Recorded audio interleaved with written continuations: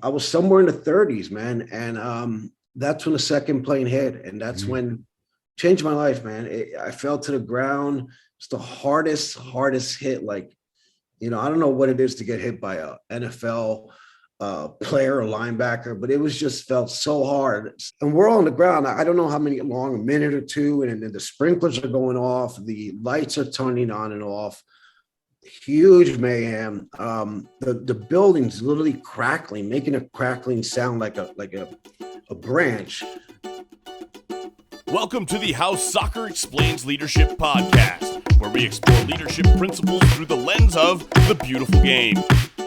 Hey everyone, welcome back to How Soccer Explains Leadership and our little break that we're taking between seasons 11 and 12, just for a lot of different things that Paul and I have going on in our lives, between weddings and different ministry things and family stuff. We just thought it'd be a good time to let you and other people around the world be able to catch up on the great episodes that we've been able to release over the last few years.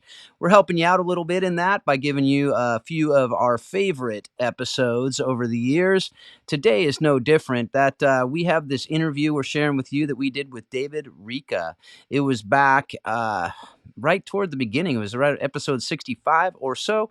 And David talked with me about, it was such one of the most amazing stories I've ever heard about how he escaped from one of the Twin Towers on 9/11. And it's a story of resilience. It's a story of just overcoming trauma. And really why he's on the show is because soccer was a big part of that. So I look forward to, hearing from you. Again, I've heard a lot of feedback on this episode over the last few years, and I look forward to hearing more from you as you take a listen. So as always, we hope that you do subscribe to the podcast so that when season 12 does drop, you can get that right in your feed for you to be able to listen to. So without any more from me, hope you really enjoy this conversation that we had with David Ricca. David, how you doing today? Good. How you doing, Phil? It's good to see you. Good to hear from you. And just thank you again. I'm honored to be here. I really am. And I've been waiting for this day. Thanks. Well, good. Well, I'm honored to have you on the show. And I know we actually connected doing the Soccer Resilience Mental Health Summit a couple weeks ago. It's probably a month ago at this point. And, I just got to hear your story, and I immediately said, I'd love to get you on the show, have a conversation. More than that, I want to just get to know you and hang out. We've been able to do that a little bit via the Zoom world. So, that's something. You're also an ambassador for Soccer Resilience. I know that's something that you're doing, but there's a whole lot more. Can you just share it with our audience a bit about your background, how you got to be where you are today, how you got to be passionate about soccer and leadership and mental health? Yeah, absolutely. It's a couple of things, several things, whatever you want to call it. I grew up in a family, Argentinian. All my cousins and family are from Argentina. Came to New York City about 50 years ago. I was born in New Jersey, New Brunswick, and my mother's side had 17 brothers and sisters. So we're talking a big family. Mm-hmm. My dad had about 4 siblings. So my whole life was around the Argentinian culture. Obviously, when I went to school, it was a different culture. But soccer, it's just always been. It's just always been. I think I was born with soccer, just learning about it. All my uncles played. My dad played, and they played in Flushing, Queens. When I was a kid, I remember going there, the big globe, and just killing each other on those grounds. And yeah, just like no grass or anything. I just remember the whole thing. It was a weekend thing, and they would have asados, the Argentinian barbecue, and Yeah.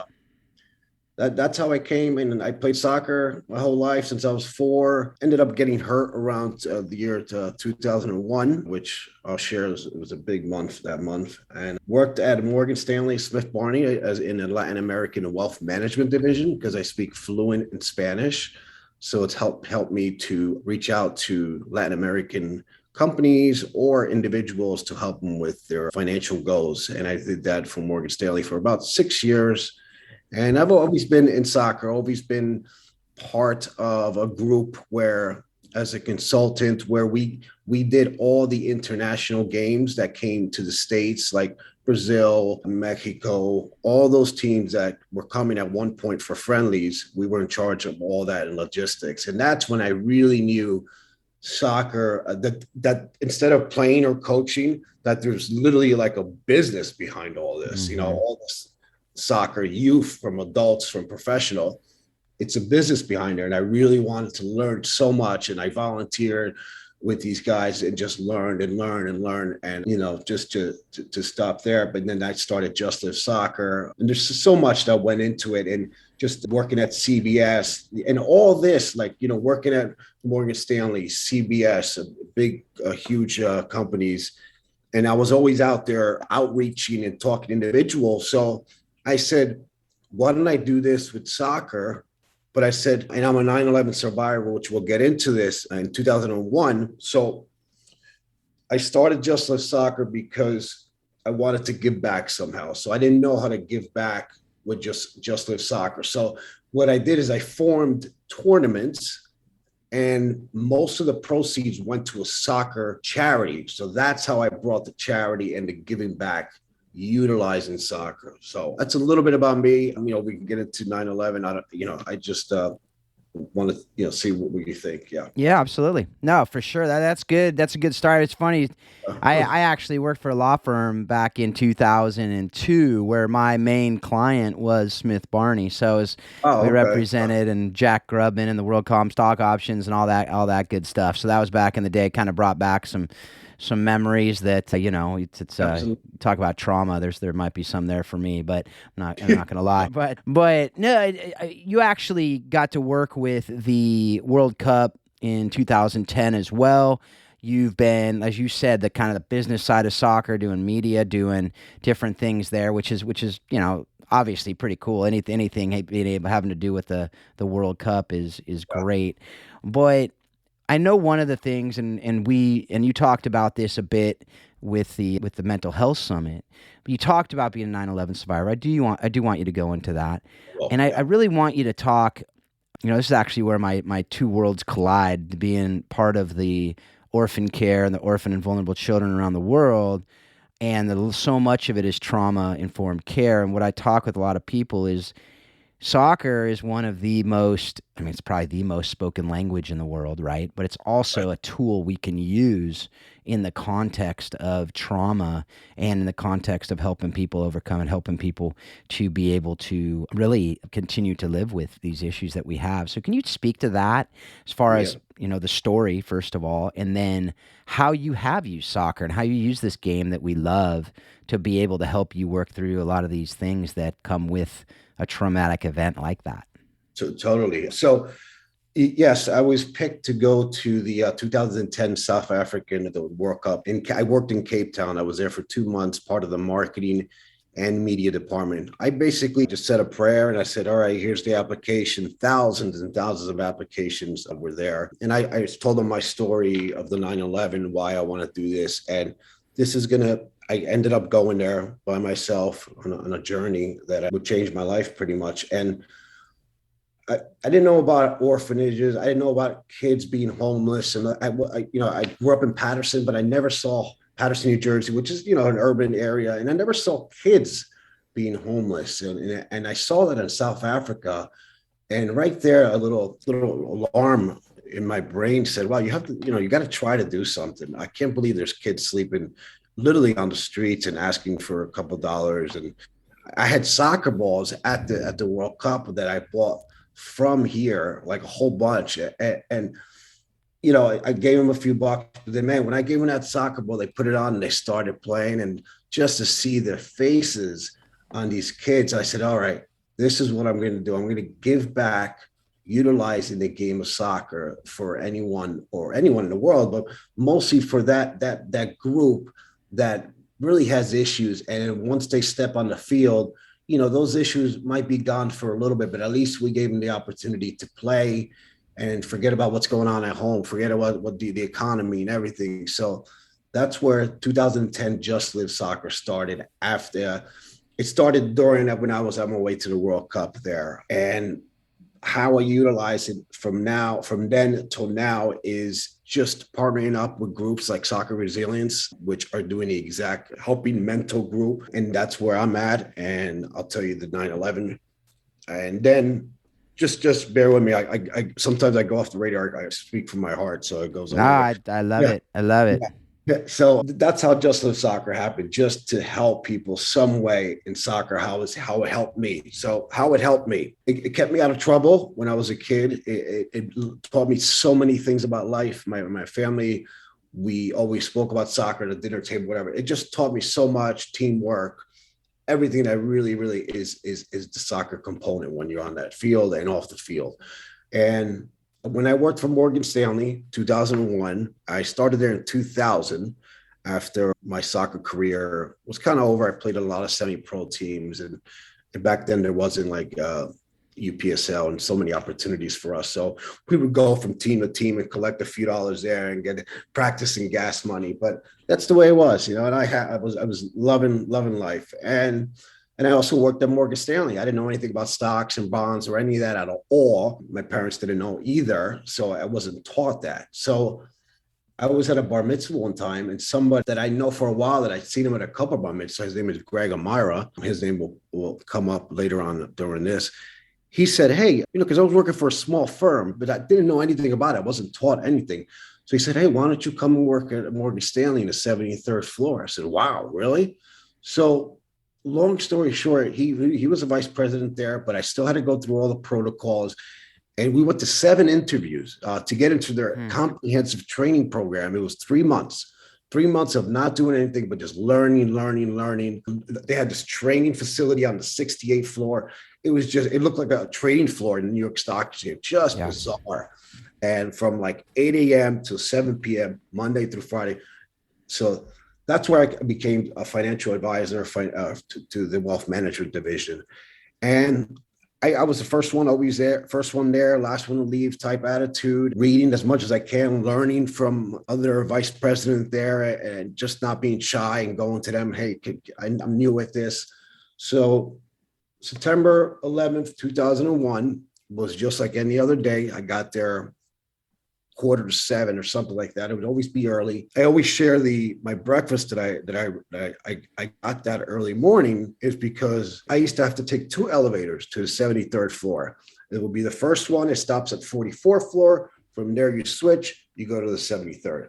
But on the 44th floor, there is a cafeteria, a beautiful cafeteria for Morgan Stanley employees. There was a guy named John that was there every single day, and so early in the morning, just an amazing human being. Just happy to, I was just so happy to see him. When I go up to work, it just gave me that little push. So I got my egg whites, 4 egg whites, scooped in a bagel, got tomatoes, I know the exact. And I went upstairs and started to have conversations with my colleagues. And, whatever time it was, I was in Tower 2. The lights flickered on and off like really quickly. So I looked to my buddy who had a cubicle to my right. And I said, what was that? He's like, it's probably an air conditioning or something to do with the HVAC or something like that. So we didn't pay any mind to it. So we had a person had an office facing Tower 1. He comes out screaming, the loudest scream I've ever heard. He saved my life. I wish I could see him one day and thank him. I don't know his name. I forgot because I wasn't there that long. But he was a very, very, he's been there for a long time. So he comes out, everybody screaming, everybody, get out, get out. So I'm like, I literally got up really quickly because of the fear in his eyes. So I'm like, wow, I got to get up. So I looked to my right where his office was open so I could see the other building. I just saw a whole bunch of papers, like a tick parade. It just looked crazy. So we went to the staircase. We're walking down the staircase, 73, 72, and it's 2 by 2. So very slowly, and there's people coming out of each floor. There's numbers, big numbers on each floor. So I could see what floor I'm on.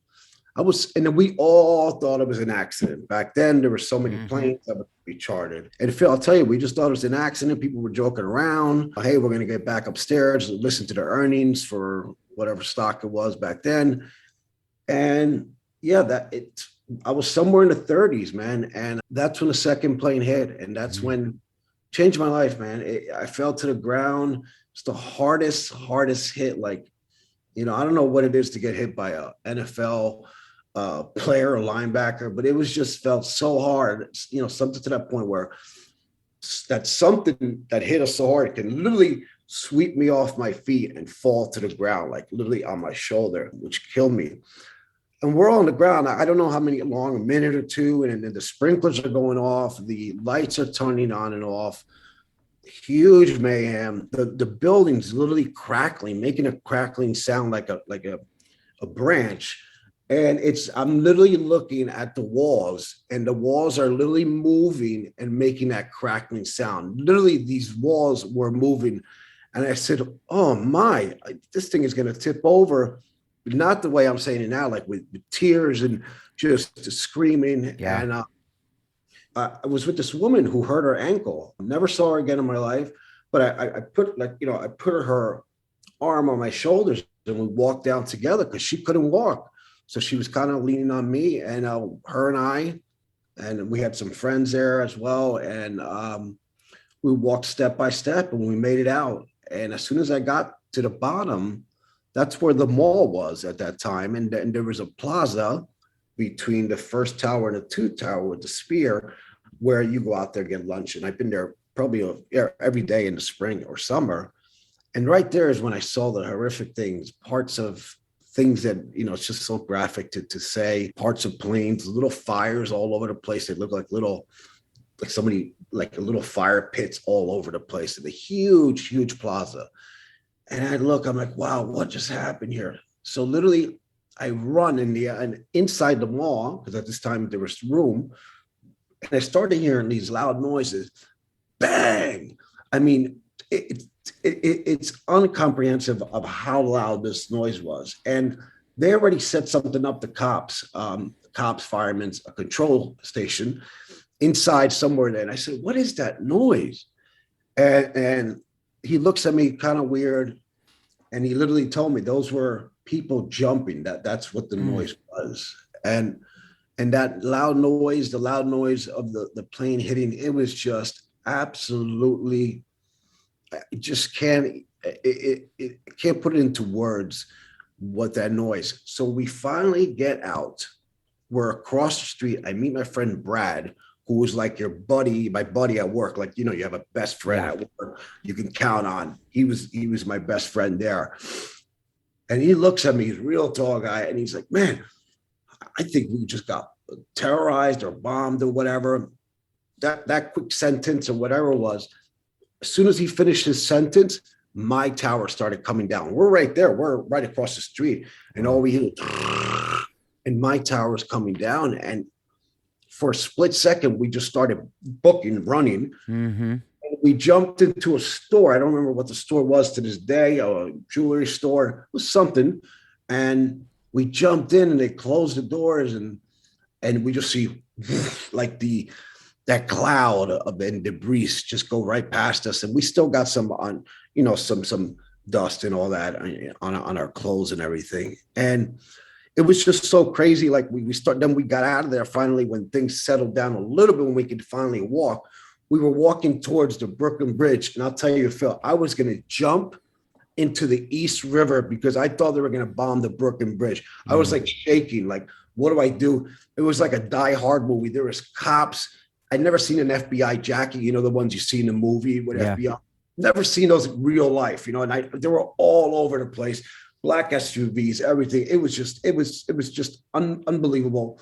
They came out of the woodworks out of nowhere. So I was going to jump in the East River. And then my friend Brad, no, don't do it. Let's just go all the way to the east side. And he had an apartment on 40th and First Avenue. So we walked the whole time to his apartment. And we didn't even say much words to each other. And people were around cars, listening to radios, TVs, of windows of bodegas.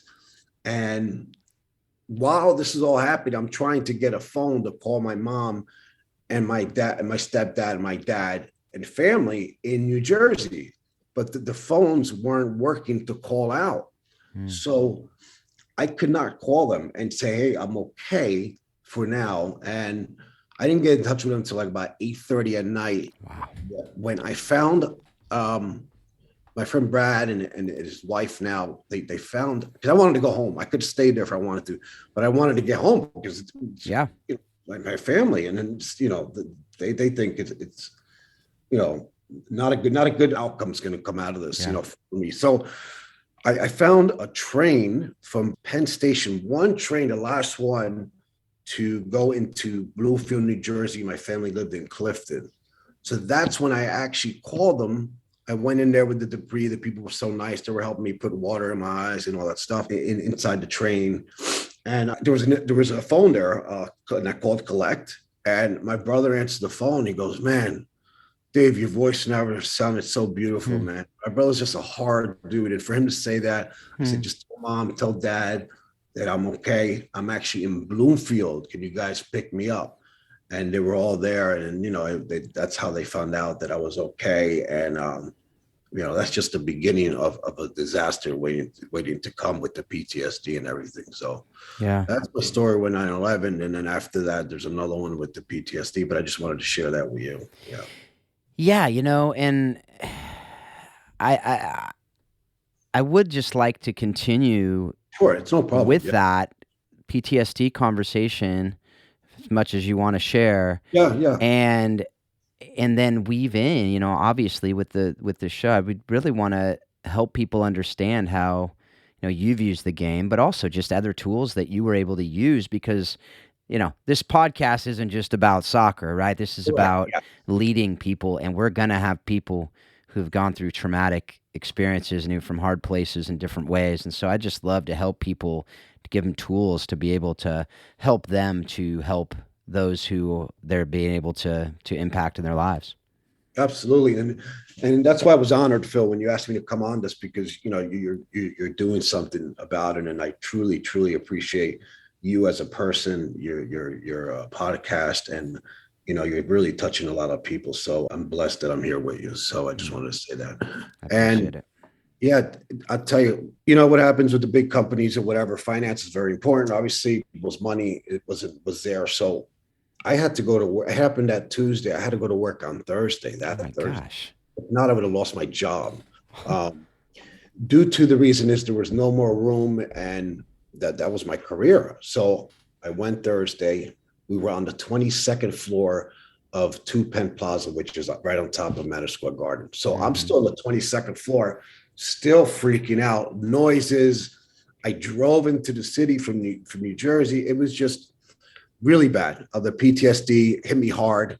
I couldn't sleep, sweating. I still sweat every day, but just loud noises, afraid of people, thinking they're going to bomb us again any second, or just something bad was going to happen every single day. And I suffered like that. And just a lot more. I didn't, we had therapy. Morgan Stanley provided a lot of therapy. I didn't do it a lot in the beginning. I had a lot of friends, close friends, that they really, it hit them hard too. They thought they lost their buddy, that we grew up together. We had we still do. And the PTSD from 2001 to 2006, nobody knew who I was. I completely just changed as a human being in that minute being in that building. I was not funny anymore or goofy. I stopped playing soccer. We were going out and just doing the drinking and just everything to forget about why I'm dealing with this. But, you go out drinking or you do other stuff, it's going to be right there anyway. So that didn't work. I was playing in a semi-pro league the same September of 2001. The end of September, I had a Sunday morning game. When I was at the game, I jumped up and tore my ACL. So terrible September, man. Like September 2001. Gosh. Yeah. So tore my ACL literally. So I'm like, wow, look, what else can happen? It's like I got operated in November, but from 2001, I depressed, sad, PTSD, everything you want to call it. I was everything. And I didn't care about anybody else but myself. I just turned into a different human being. And what I did was nothing. I didn't do anything. I just kept going with my life. And I don't know if I would be here if I didn't do something about it. So 2006, I went to my mom's house. And mind you, I was at Morgan Stanley making really, really, really good money at the time, really good. And being part of the wealth division, and you get perks because I know Latin and, Spanish and everything. So besides that, but I'm saying it's like some people wouldn't have left. I had to leave. If not, I would have been dead. I'm not kidding you. Maybe from a heart attack or nerves or whatever it was, pills and stuff like that. So because they try to give me every pill, you could possibly imagine for anxiety and all that stuff. So one time, 2006, I went to my mom's like really early, about 9 a.m. And I went there. I lived in the city at the time. And I went there. And my mom's never changed the room since I left when I was 18 to go to college. And it was always the same, same posters of Maribel and stuff like that, of like the U.S. national team. And I went there. She didn't hear me come up the stairs. And she was literally crying and like, praying on my bed, like literally bawling. And I thought something happened, like somebody died. Remember, this is 2006. And my stepdad, I'm like, what's going on with Mom? He's like, she's been doing that every day since 2001, crying for her son to come back or get out of this thing. She didn't know PTSD either. None of us knew. We didn't ever think in a million years that this was going to happen. And that right there, I said, wow, I'm not just hurting myself. I'm hurting my friends, my family by just being away from them and just being a different human being. So I needed to get help. So I talked to a lot of therapy and everything. And they said, you really need to get out of the world for a good 6-12 months. So what I did was I had an uncle. He had a big acreage in Argentina, and he used to be a soccer coach as well too. He had weights and stuff. So I went there for a year. We meditated, we prayed a lot, read so many books, trained soccer every day. I was 40 pounds overweight. And just leaving the world like on a sabbatical really, really changed my life, because I came out of there a different person. Because I don't know if I would end up in a mental hospital or whatever, but it couldn't continue the way I was going. It wasn't because I was doing drugs or anything. It's just my mind. I think the nerves, man, it was so nervous. I was always like shaking and stuff, and there's no reason. So that changed my life. 2007, I resigned from Morgan Stanley. They thought I was nuts, but they understood. I resigned 2006, just with, give them a 2 weeks notice, and flew out of here, flew out the States, flew out of New York. I had to get out, and it changed my life. I came back 2007.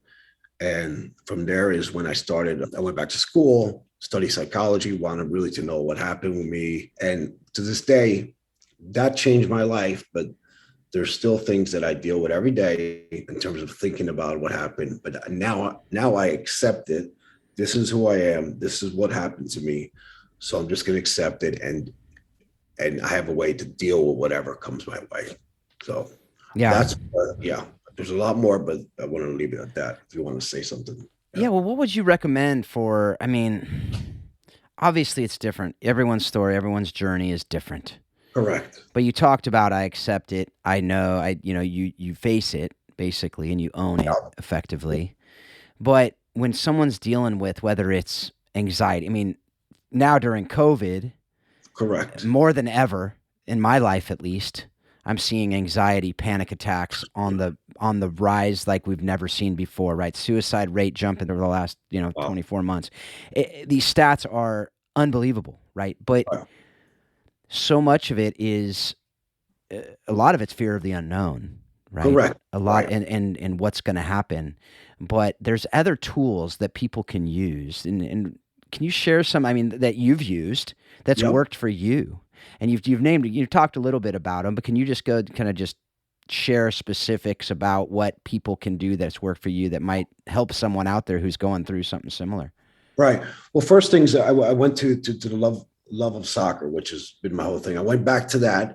I was coaching, just keeping busy, and especially with something I love, soccer.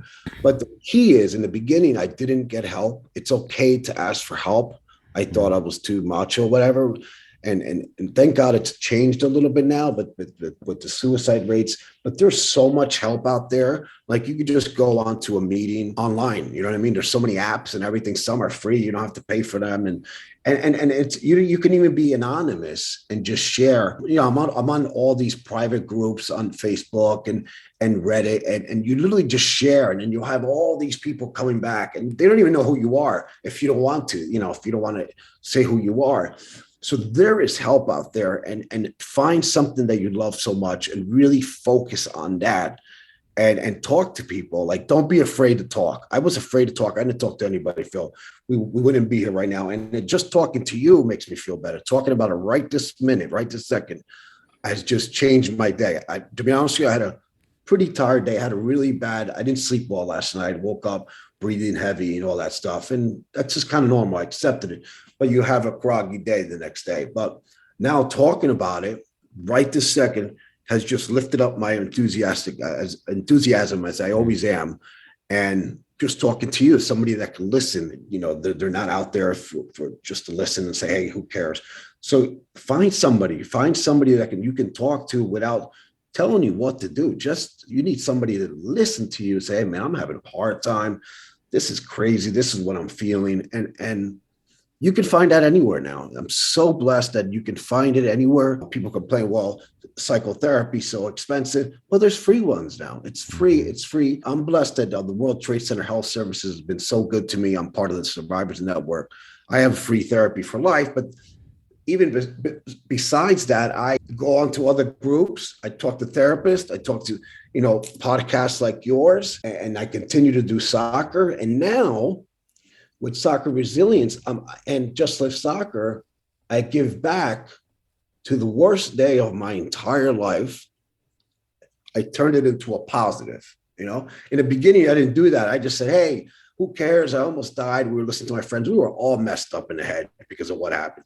Hey, let's just go out and party and forget about it that way. But that never worked, obviously. It backfired really, really hard. And just seek help. There's nothing wrong with it. I mean, we're just humans out there that need to talk to somebody before it gets really, really bad. If I didn't resign in 2006, I really, really believe I wouldn't be here. I wouldn't be here married and have a little rescue dog.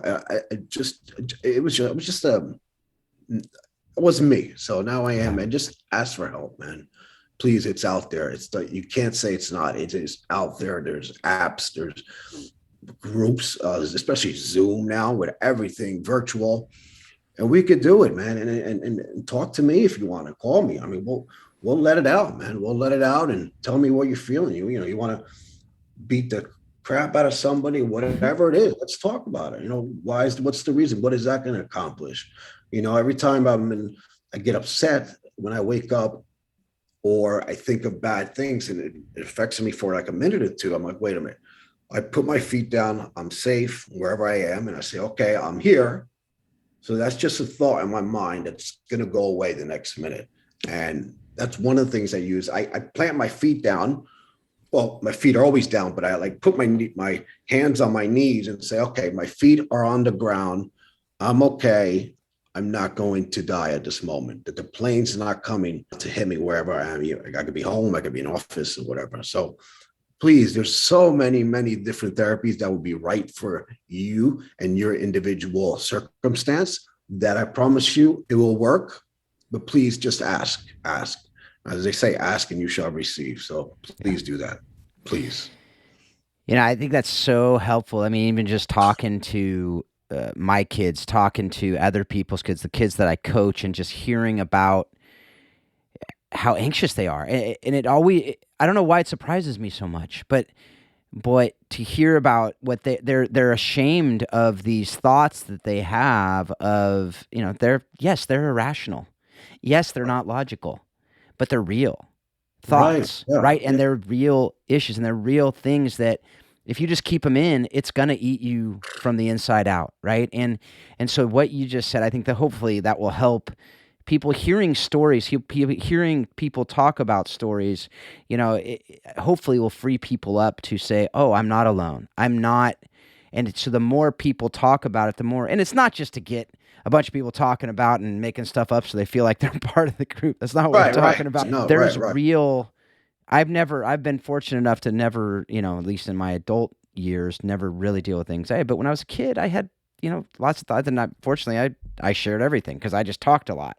And my mom would be like, well, Great. that's kind of weird, but we talk Right. about it, and it was like, all right, it's gone now. But my son is more reserved, and other kids are more reserved, and so they might not share as much.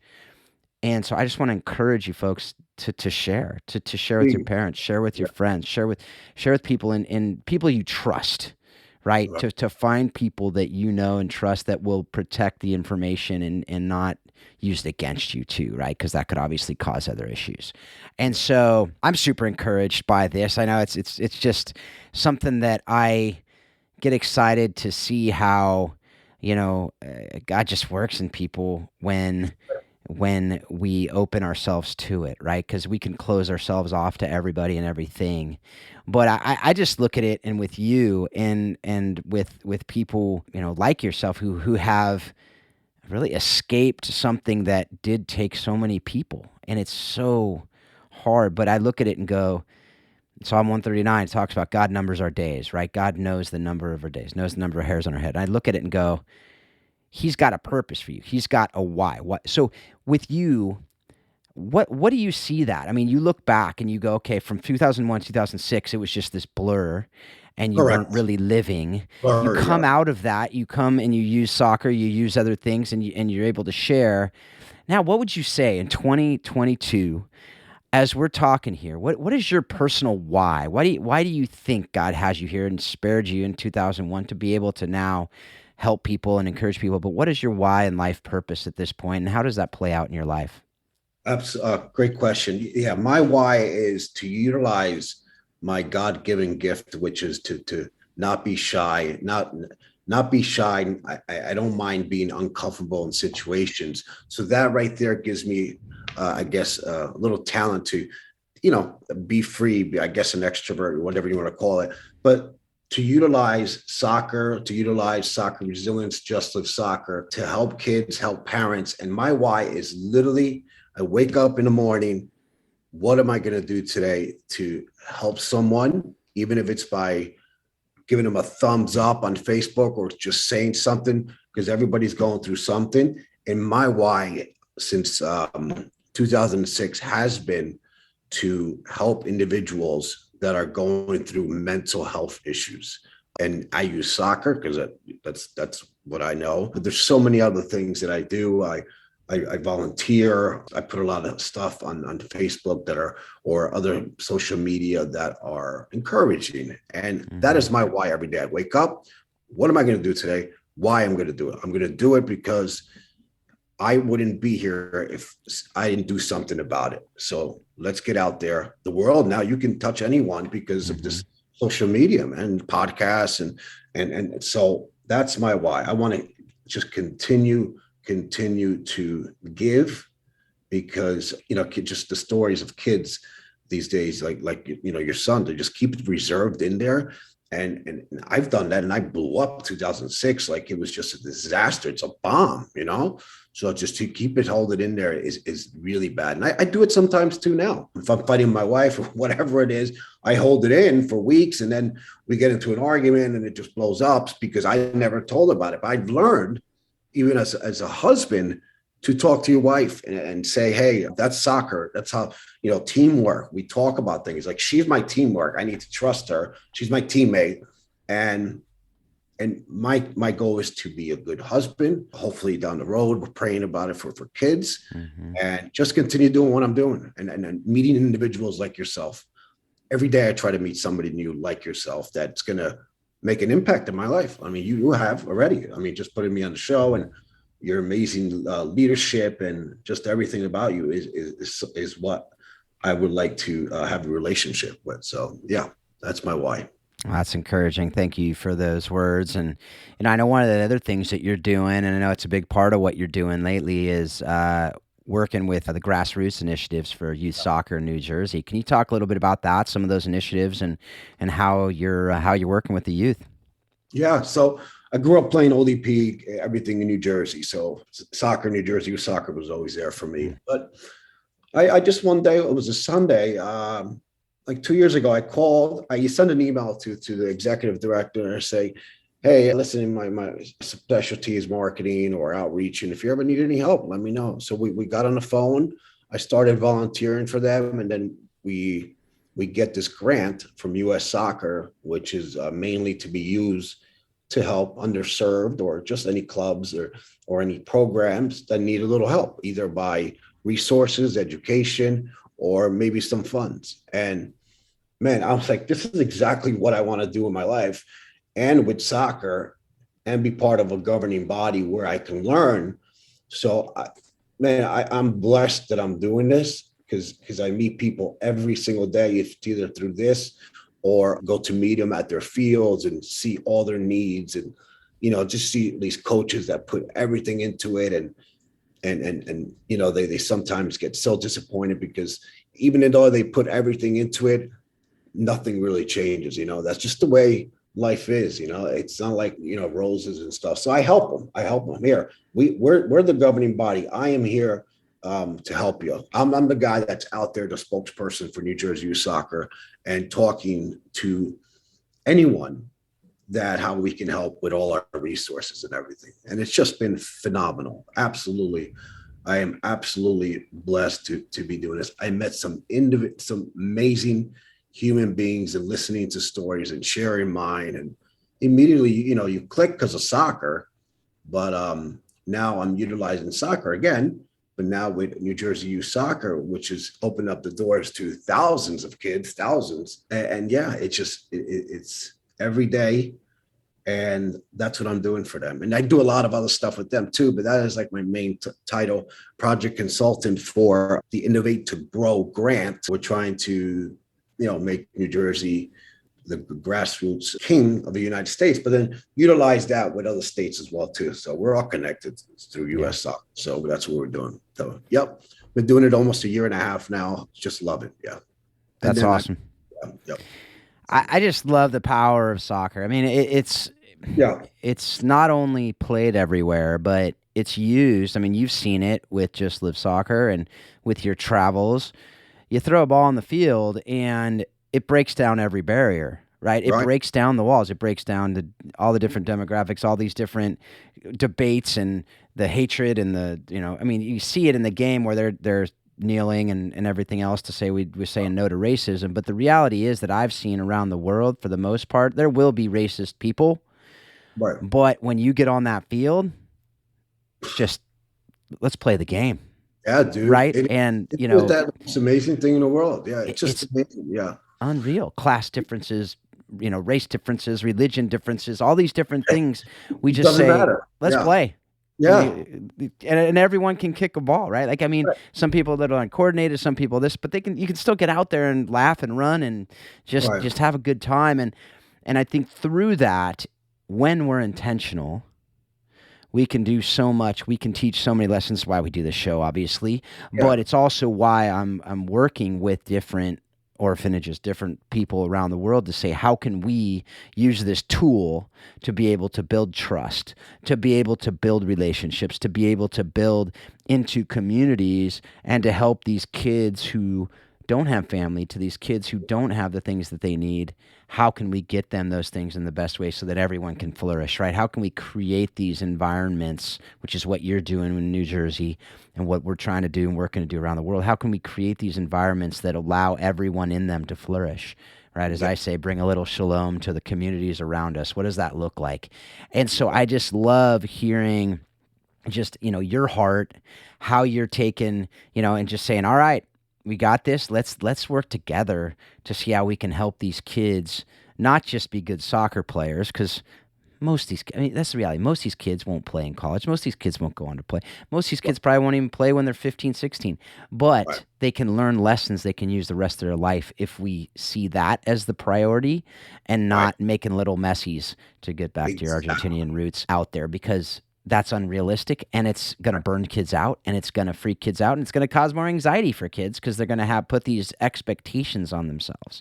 Yeah. I mean, I don't want to speak for you, but what do you think about that? Yeah, man, just going around, I see it all the time. They have these huge expectations, they give them this story of success. You do this, you recruit and all this stuff. And I really have a hard time thinking about that, because it's about, teaching them the game, but then teaching them what can they do when they're done playing the game. And it's not a league anymore. It's just pickup soccer.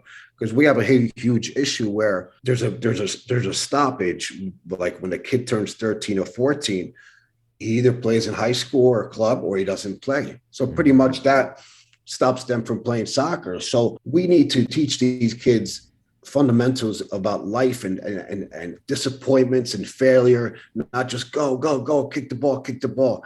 And the soccer has literally become that, where your team's the best. We're going to have the best this, we're going to have the best this, that. And then there's a lot of disappointments out there. Every Sunday, every day, there's disappointments from these kids that thought, hey, I thought I was going to make it and be a little messy and all that stuff. I think it's crazy that they're doing this, and I know why they're doing this, but I'm not going to get into the whole politics. But it's literally nuts that this is the way the game is, and I'm hoping if I can go out there and help a couple kids, help teams in my daily outreach and talking to individuals, that at least I'm doing my job, my part. And it's just it's a little sad, it really is, because the game, like you and I could get into a fight in the game while we're playing, but then after the game, we're cool. You know what I mean? You leave it in the game, man. It's just the best sport in the world. Like, it doesn't matter, white, black, anything, any country, you're playing against each other. And it's like amazing. That's why the World Cup's amazing. And all the leagues you play against, they're different cultures, different economic reasons where they're at. So yep.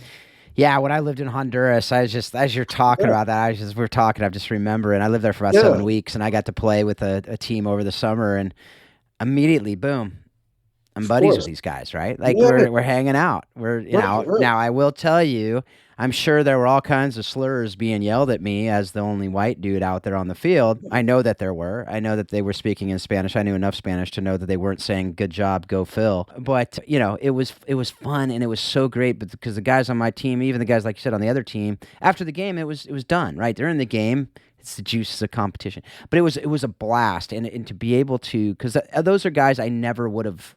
Very unlikely that I would have talked with them. But one of the guys from the community that I oversaw there back in the day, he played on the team. He's like, hey, come out and play with me. And I was like, yeah, of course, let's go play. And the fields were just dirt. I mean, I was afraid I was going to break an ankle every time I was out there, but it didn't matter. And the balls were flat half the time, and the penalty spot was 8 yards out instead of 12, and whatever, but it didn't matter, right? So that's the beauty of it. I just think we can play and have fun and just hopefully learn to. That's why I'm hoping we can use this game more intentionally to learn to love better, learn to get along better, not just for the sake of getting along, but the sake of actually understanding people and knowing people and trusting people, because that's what we can do if we're intentional. And that's why we're doing this program, coaching the bigger game. I mean, obviously the bigger game is not soccer. It's life, and how can we really coach that through the game that we get to do. So with that, our last couple questions we ask everybody. It's always a bittersweet feeling when we're wrapping up these conversations, but we got to do it at some point, right? Yeah, exactly. Yeah, of course we could. People might get bored at some point. But what lessons that you've learned directly from the game, and you talked a little bit about this earlier, but maybe you have something from the game of soccer, have you used in your marriage, really? And what does that look like?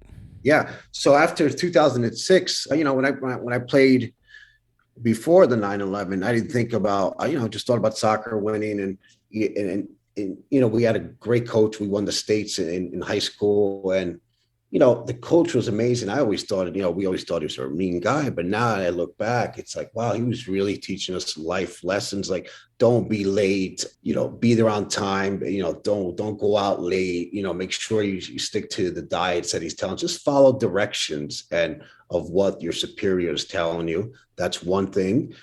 Be humble because everybody's different. Everybody's on their own journey. So just please be humble.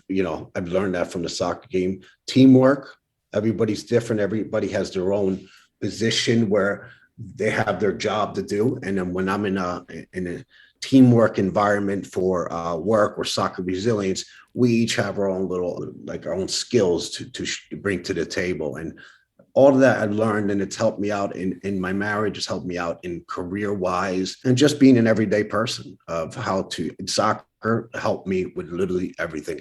Every time I do something, I think about what do I do in the game, this, that. So it's always there. And I'm blessed that I have that. And that's why I'm out there trying to teach that to individuals, coaches, players, and anyone, Yeah. And I have never said this on the show, but you were reminding me of it when you said literally everything I do, it's helping me. And I had a picture, of course, flash through my head because I have random thoughts go through my head, but of how many iPhones or phones or other things have you saved with your feet by dropping them, and you just have the instinct to save it with your feet, right? I mean, that's another thing, That's right? hilarious. Yeah. My wife gets mad at me because when stuff drops on the floor, remote control, whatever it is, I pick it up with my toes and my feet. You know what I mean? Yeah. But it's just, I'm not lazy. I just got to bend down and grab it.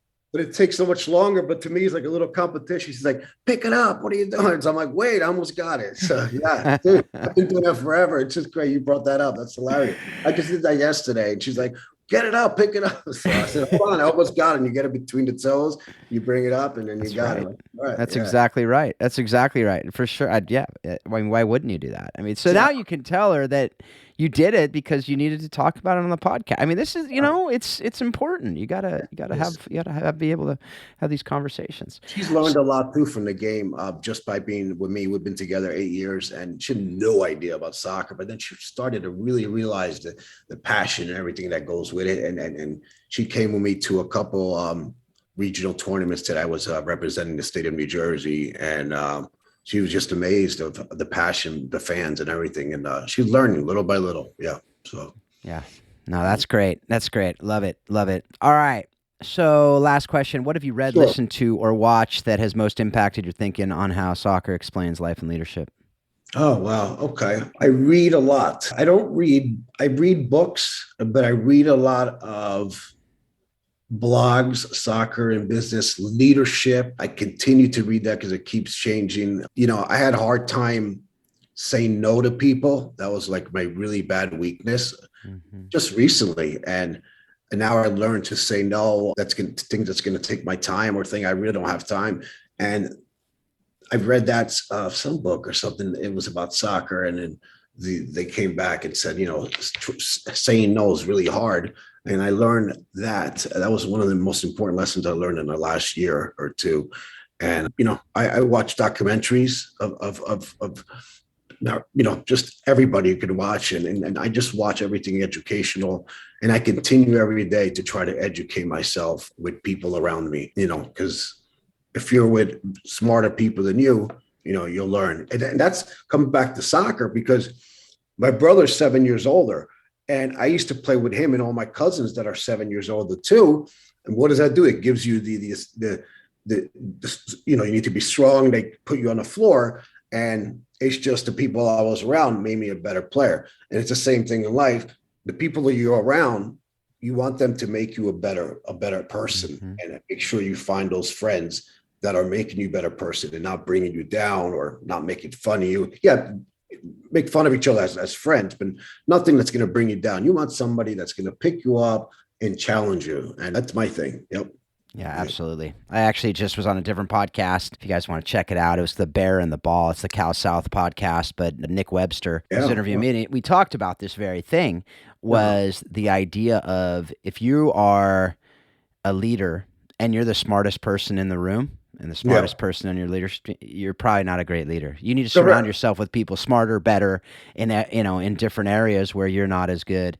And you need to know what you know. You need to know what you don't know, and surround yourself with those people who will be able to help you with what you don't know. Don't surround yourself with a bunch of yes men and women who just say, "Oh, great job, good job." No, it's people who are going to be better than you. If someone comes on your team and they're better than you, celebrate that, because that means you're going to get better, right? Don't get all bummed and go, "Oh, am I not going to play now?" Well, if you're not good enough to play, then if your team's going to get better with this other person, then Yeah. That's what the team's all about, right? You want to be a better team, right? So that's something that I think is a great leadership lesson. It's a great lesson in life too, because, you know, you're going to be in jobs and you're going to think you're the, you know, big time. And then all of a sudden some new hotshot's going to come in and, you know, what are you going to do about it? Are you going to be better? Are you going to improve? Are you going to go, oh man, figures, they bring someone else? And no, that's not. Hopefully it should inspire you to do things that you would never have been able to do without those people pushing you. So no, absolutely love that. Know that, you know, don't get discouraged and say, all right, this is my time to go up to his level and work harder, you know, instead of being discouraged. Oh, I'm done. I don't, you know, that's not the way to do it. Like you just said. So yeah, absolutely. All right. Yeah. Well, thanks again for being a part of this. Thanks for all that you're doing, man. I'm just so grateful that we did get to connect last month and we're able to have these conversations. I can't wait to continue the conversation someday soon.